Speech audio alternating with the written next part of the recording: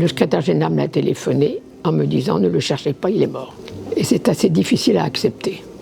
Je m'appelle Madame Chara, Yvonne. Je me suis présentée pour la première fois au centre Léon Bérard le 1er septembre 1949.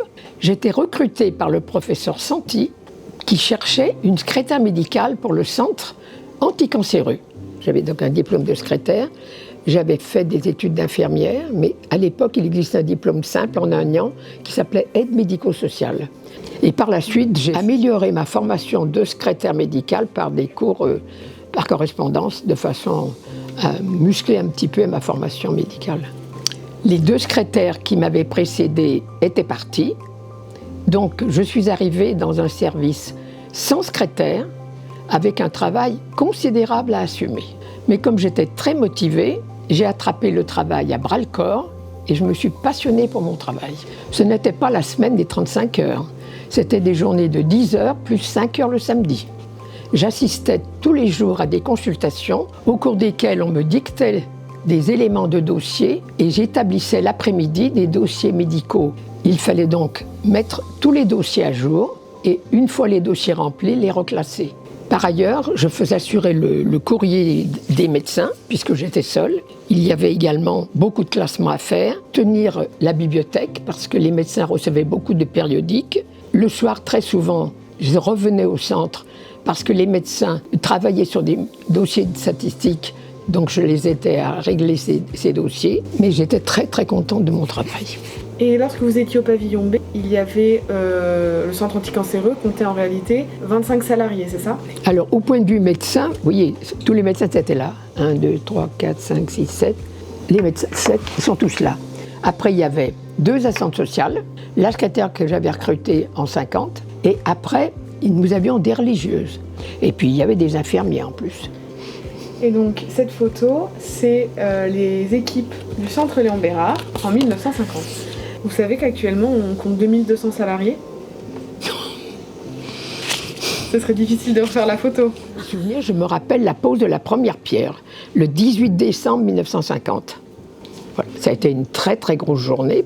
Vous avez des souvenirs heureux de façon majoritaire au centre Léon Bérard? J'ai adoré cette période de 49 à 58.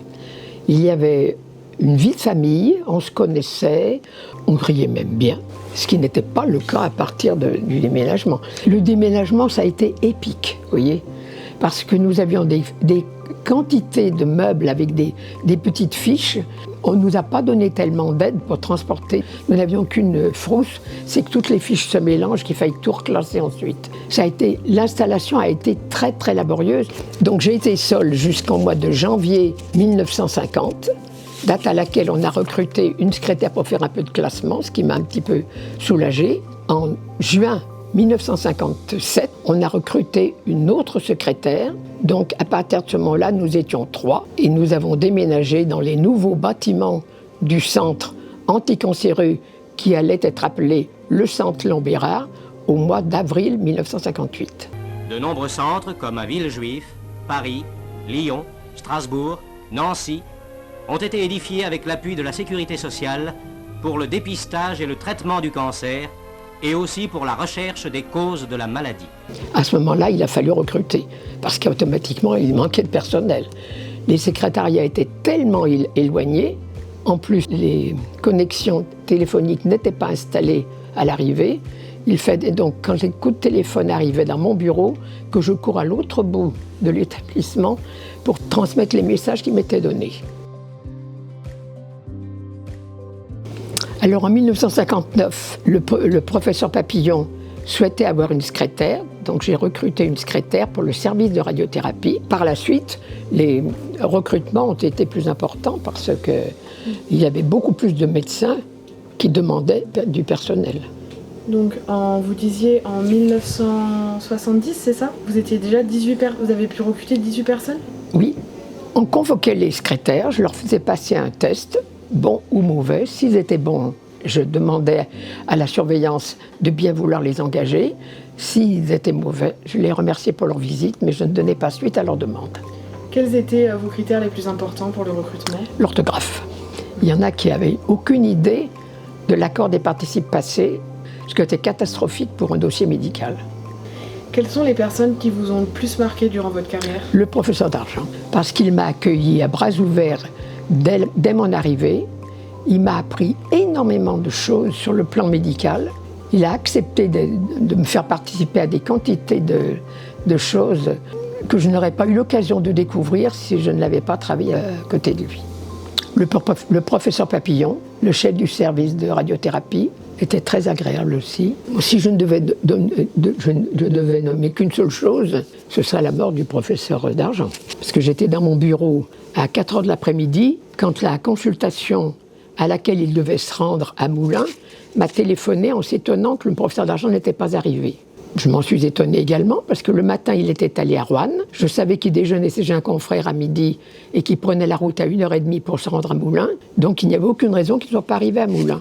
À la secrétaire de Moulins qui me téléphonait, je lui ai dit « Monsieur d'Argent ne va pas tarder à arriver, il n'est pas rentré sur Lyon ». Mais à 5h, le secrétaire général m'a téléphoné en me disant « Ne le cherchez pas, il est mort ».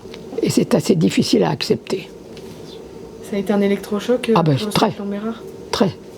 On a nommé d'urgence un remplaçant, en la personne du docteur Pamato, mais qui ne pouvait pas être nommé directeur parce qu'il n'était pas professeur. C'est pour ça qu'on a nommé ultérieurement le professeur Maillère, qui est resté jusqu'en 89, date à laquelle est arrivé le docteur Philippe. Eh bien, monsieur Philippe m'avait demandé de mettre noir sur blanc ce que je faisais en tant que chef de secrétariat. Donc j'en ai rédigé 12 pages et il a décidé que mes fonctions étaient divisées en 4. Vous faisiez le travail de 4 postes finalement? Si l'on veut. Vous travaillez énormément?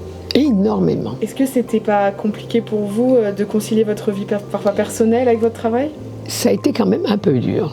Heureusement que quand je me suis mariée, j'avais un mari en or qui a accepté d'assumer un petit peu la charge de mari et ensuite de père de famille, puisque j'ai eu 4 enfants par la suite. Mais ça a été un peu dur, de concilier les deux. Ce qu'il y a, c'est que tant que M. d'Argent était vivant, le soir, comme il opérait à la clinique Saint-Maurice, qui était à 2 pas du centre Léon Bérard, il revenait au centre et il était content de trouver son courrier sur sa table pour le signer. Ce qui ne servait strictement à rien, puisqu'il ne pouvait pas partir le soir, le Wagmès était parti. Mais comme il y tenait, moi j'attendais qu'il arrive. Donc s'il avait envie de parler avec le secrétaire général jusqu'à 8h moins un quart, j'attendais que la conversation soit terminée. C'était pas facile tous les jours. Et les dernières années, les recrutements étaient plus importants. On arrivait à recruter 2 ou 3 secrétaires par année. Et par ailleurs, on bénéficiait de la création d'un nouveau bac technique de formation de secrétaire médical. Les premières n'avaient pas une vraie formation médicale, ce qui était quelquefois un handicap pour le travail qui leur était confié. À la fin de votre carrière, combien de personnes étaient sous votre direction? 70. 70 personnes. Quand je suis partie le 1er octobre 1991, on avait juste, au point de vue informatique, le positionnement des dossiers. On pouvait enregistrer un dossier, on nous disait s'il était au fichier central ou dans un secrétariat. Donc je vous laisse imaginer, quand un médecin demandait impérativement un dossier tout de suite, il fallait faire ça. Il fallait le trouver, coûte que coûte. Maintenant qu'il y a l'informatique, c'est impossible. Mais ici, quand on a créé le centre, c'était loin d'avoir toute l'extension qu'il y a maintenant, surtout dans le jardin. Il n'y avait rien. Ce qu'on appelle maintenant le bâtiment Chenet n'existe pas. Les bâtiments se sont construits les uns après les autres. Ce grand couloir qui mène jusqu'au bout, c'était autrefois, on passait devant le fichier, et après il y avait 2 salles de consultation, une salle de stérilisation, des petites salles de consultation et le bureau des radiothérapeutes, et c'était tout. Tandis que maintenant, il y a des salles, à n'en plus finir. C'est incroyable. Tout a changé, parce que même la coupole lumineuse que l'on voit du premier hall numéro 1, elle n'existait pas. Il y avait au 2e étage une grande bibliothèque, on l'a amputée pour faire la salle Ancora. C'est totalement différent de ce que j'ai connu. Vous êtes fier d'avoir participé à l'expansion du Centre Léon Bérard, parce que vous avez été très actif. Très. C'est un établissement qui gagne à être connu. parce que les médecins qui y travaillent sont extrêmement motivés. Ils font de leur mieux, ils ont fait de leur mieux avec les moyens du bord. Ils se sont améliorés à souhait et les malades en tirent bénéfice.